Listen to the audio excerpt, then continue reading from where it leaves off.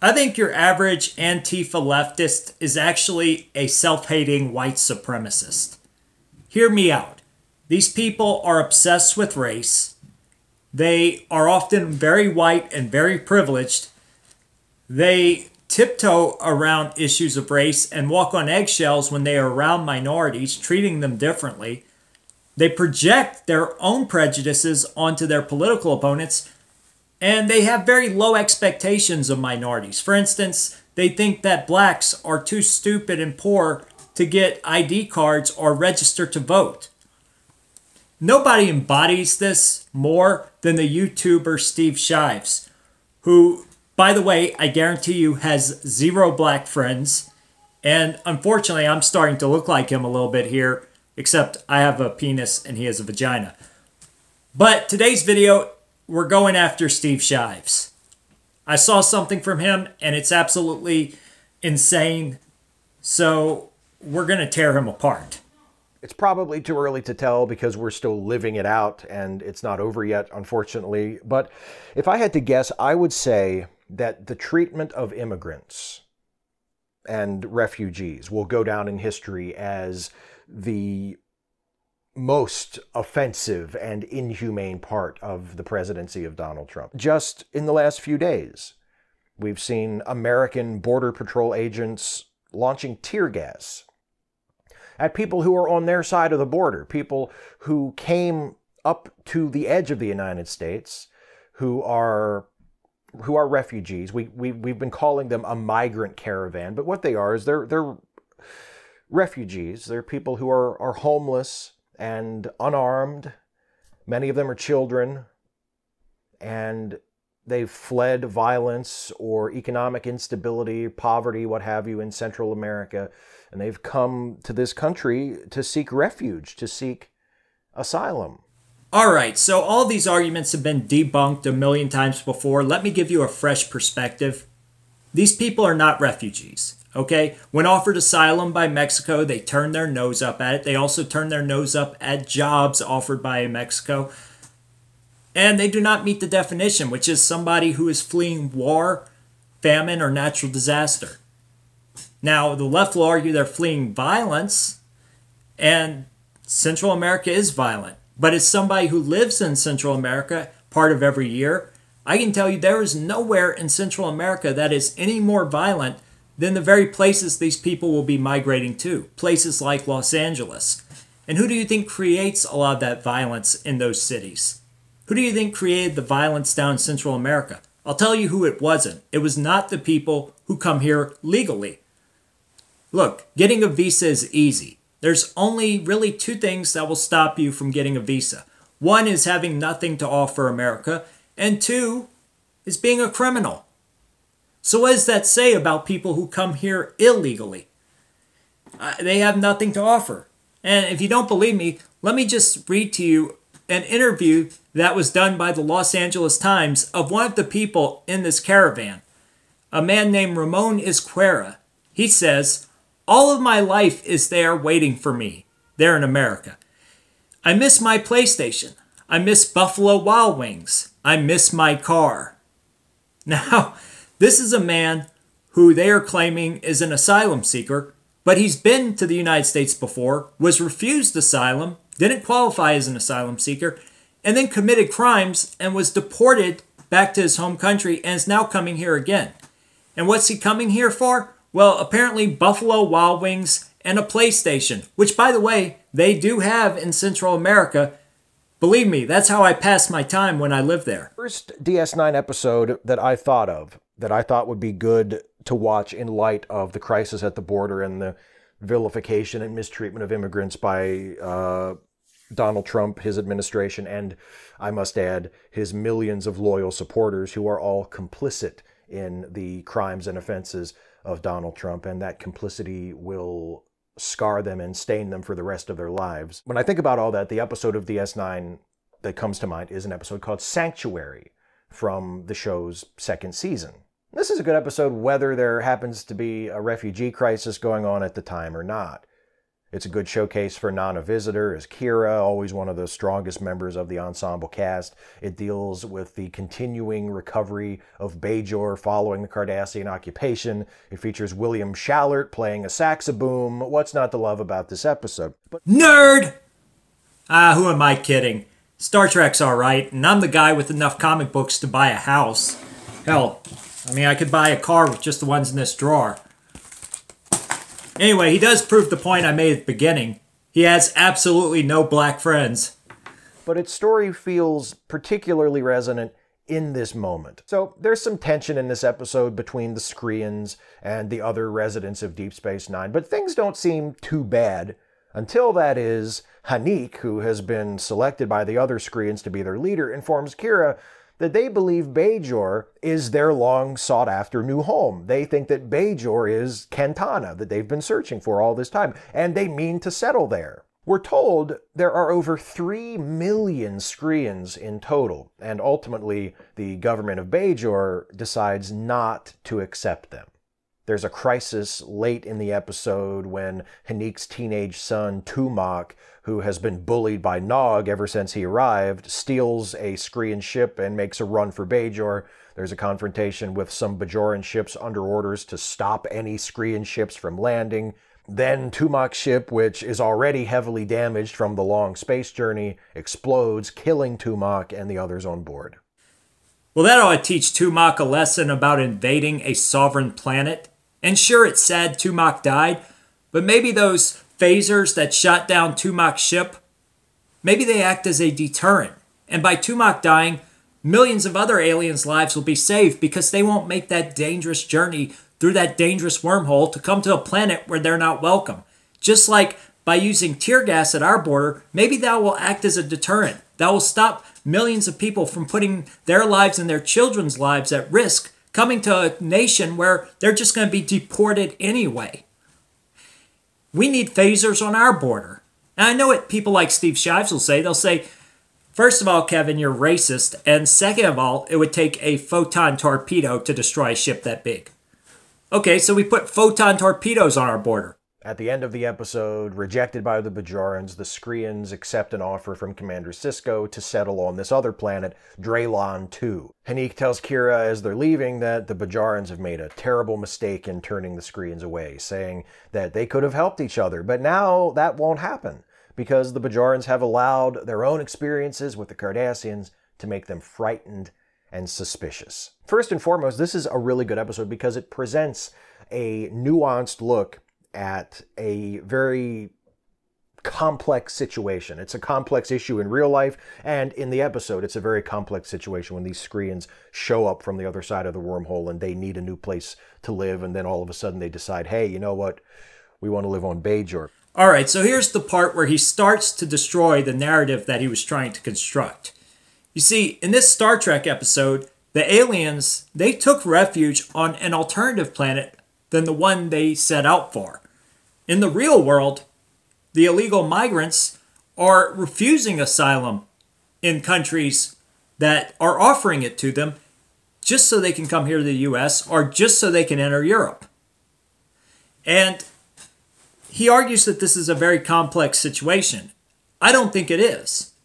You know, there's some parts of it that are complex if you include the fact that many elites, many billionaires in our Western countries are paying for these migrant caravans, paying for these ships to bring in migrants to Europe, just so they can undercut labor prices, just so they can gain political power.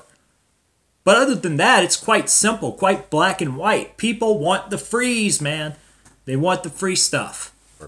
And what I appreciate about it is that both sides of the issue are understandable and are valid. The Bajorans have understandable reasons for ultimately not allowing the Skreans to settle on Bajor. And the Bajorans don't reject the Skreans because of any bigotry or prejudice against them, at least not that we're ever shown.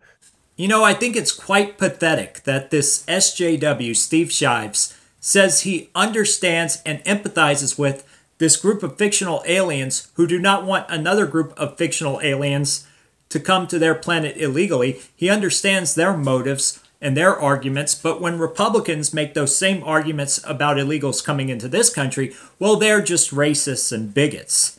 You know, it's like there's billions of races in the Star Trek universe, but the only bigots in the Star Trek universe are in the United States on the planet Earth, and they're Republicans.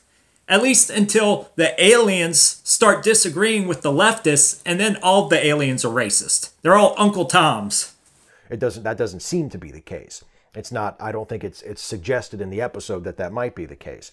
It's merely a concern that Bajor itself is too weak. It's still rebuilding after the Cardassian occupation. Their resources are still very limited. They're still worried about whether or not they're going to be able to take care of their own people, and they don't think they will be able to absorb a population of 3 million refugees all at once. But you can also see things from the Skreans' side, and I think they have a very reasonable case to make too. One of the things that Hanik says a couple of times in the episode is, we just want the land. We just want a place to live. Bajor has plenty of room. There's plenty of land on Bajor that is not occupied, that we could occupy, and we could do something with it. We're farmers. We know how to work the land. We could help you. There's a drought on Bajor. We're told there's a famine in parts of Bajor.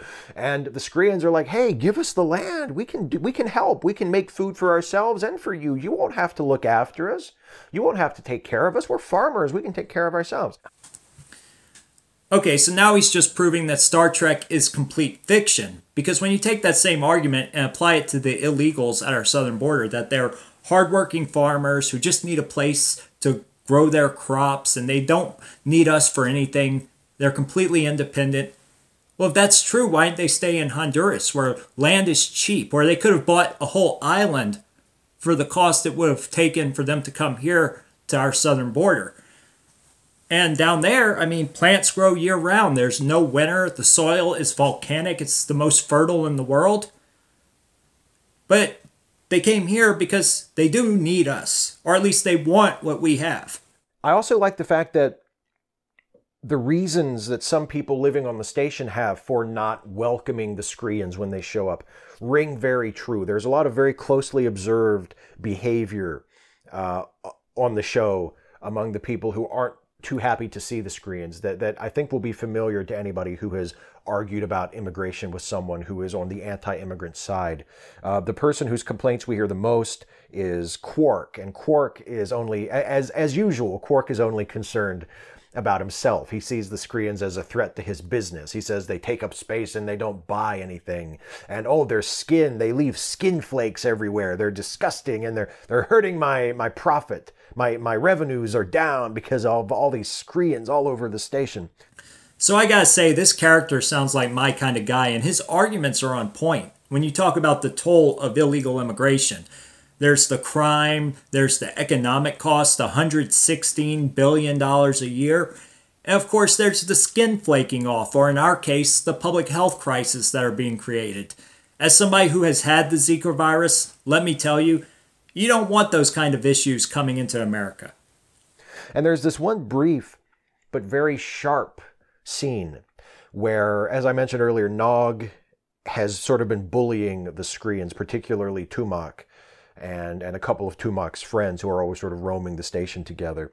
And there's a scene where Tumak and his friends show up and they sort of confront Nog, and Jake is there as well, and they get into a fight. There's a little scuffle on the upper level of the promenade, and Quark is the first grown-up on the scene, and he shows up and he breaks it up, and he sort of tells the Skrean teenagers to get lost.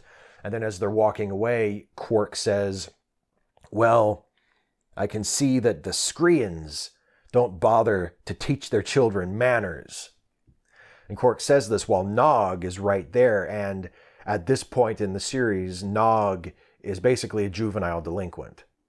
So Quark, as is the case with many of us, as is the case with a lot of people who turn their criticism outward but hardly ever inward, Quark is keenly aware and very seriously, very gravely concerned about the flaws and the misbehaviors of the immigrants, of the refugees, but he's apparently blind to the flaws and the misbehaviors of himself and his own people. Okay, two things. First of all, was that Reggie Miller? Holy cow, those two look alike. Better watch what I say, they might take away my television show. Second, I want to address this point he makes, this fallacy the left use, where they say, oh, there's crime here in America. Americans leech off the system too. Sure, nobody on the right is denying that. We are just saying, why should we add to those problems? You know, I know Steve Shives has a low T and he's probably never going to reproduce, but those of us with kids who love our children, we want to create the best America possible for them to grow up in. And we know illegals are a net loss for this country. So why would we want to let them in? Now, I'll also say this. It's not upper middle class, suburban Republicans like me who are committing all the crime. We know for a fact the majority of criminals vote Democrat. So it's not like we're being hypocritical about this. In this episode that I really, really love. This episode, it made me think of communities in my country that have welcomed refugees. And this goes back to the Kira and Hanik scene where Hanik says, you know, we could have helped each other. We could have made, if you had let the Screens come to Bajor, we could have made Bajor better. Because there are towns in the United States that have welcomed refugees where that very thing has happened. There are many examples that I could cite, but the one that I'm most familiar with is the town of Erie, Pennsylvania, because there was an article about this in The Atlantic a couple of years ago, and it's also been profiled a few times on Marketplace, the business show on public radio. It's like the only business stock market related thing I ever pay attention to, but I try to listen to Marketplace every now and then. And they've profiled Erie, Pennsylvania a couple of times in the last few years with a focus on their refugee community.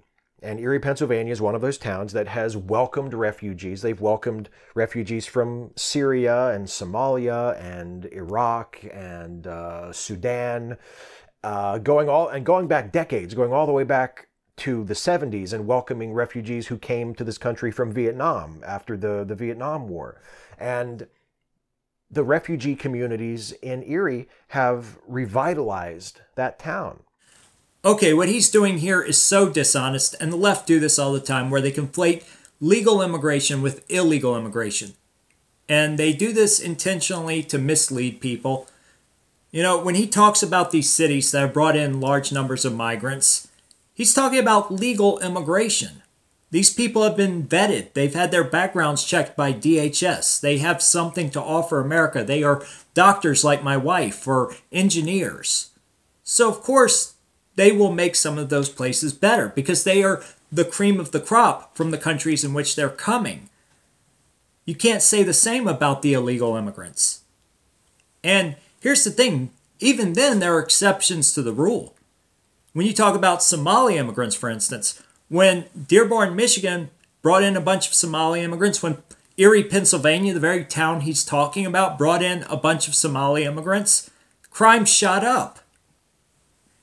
And there are also long-term repercussions. When you look at Europe, there was a study from Germany that showed that migrants committed more crimes than the average German, but their children committed even more crimes than the migrants did. So there are long-term implications too that the left are ignoring. And they've enriched the culture because the town has welcomed the refugees, has embraced them, has helped them to get started in their new lives in the United States through a combination of government programs and private charity, and have made them a part of the community. And the town is better for it. And in fact, you could look at Deep Space Nine as a whole as being a show about a powerful, wealthy nation with plenty to go around and plenty of room going out of its way to help a less fortunate people get back on its feet.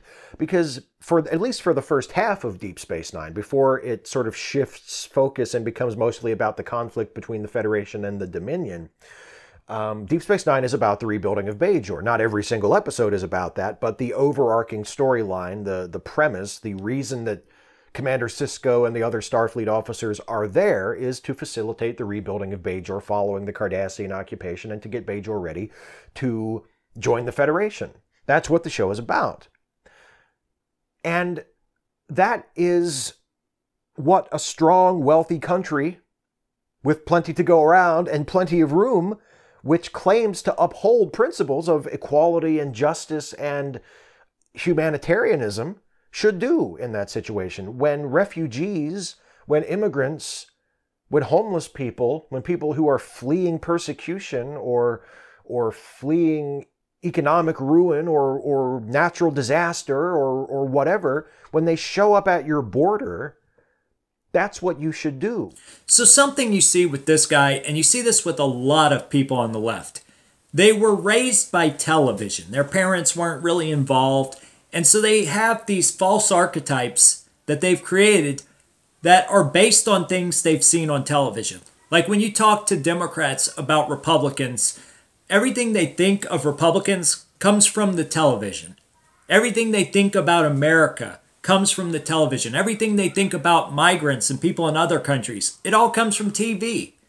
You know? And so they create these false archetypes and they never have anybody to bring them back down to reality. So I'm going to bring his butt back down to reality right now. Deep Space Nine is fiction. It takes place on a space station. A space station has limited food, limited supplies, limited oxygen, and limited space. There is no way a space station can take care of the galaxy's problems. Now, of course, a fictional TV show created in left-leaning Hollywood would have America taking care of all of the galaxy's problems. But the truth is, the second that you bring the Klingons into America in large numbers, America is no longer America. It is now a Klingon hellhole. Look, we all want to be good people, and we can all empathize with others. But there's a time and place for emotion and empathy, and it has no place in politics. God knows people on the right, we do a lot for charity. We do a lot to be involved in our communities. It's proven we do more than Democrats. But we realize that when it comes to running our country, we want the person and the people who are going to make the best decisions based on reason and logic, not people who are going to make decisions based on emotion that will bankrupt our country or plunge us into chaos, which is what's happening, not just here, but globally. And some of this is being done on purpose to try to destroy these countries, to try to undermine our sovereignty and our hegemony. And that's not good for anybody. It's not good for us. It's not good for the people coming here. Because what happens when there's no more America? What happens when America is just like the countries down south of our border? What happens when Europe is just like those countries in the Middle East? There's going to be nowhere left to go in the world. There will be no money left for us to give to charity. And people will suffer. And the sad thing is, those of us trying to prevent that are being called racist by people like this guy, who can seem to understand the motives that the people in this fictional TV show have to not want people being brought into their planet by force or en masse without any kind of vetting.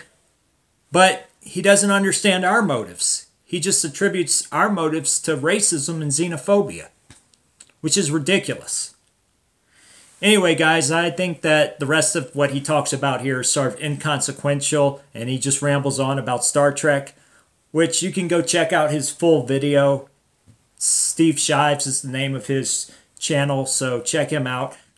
Oh yeah, I always forget to do this. If you like this video, like and subscribe to my channel, and share this video with your friends.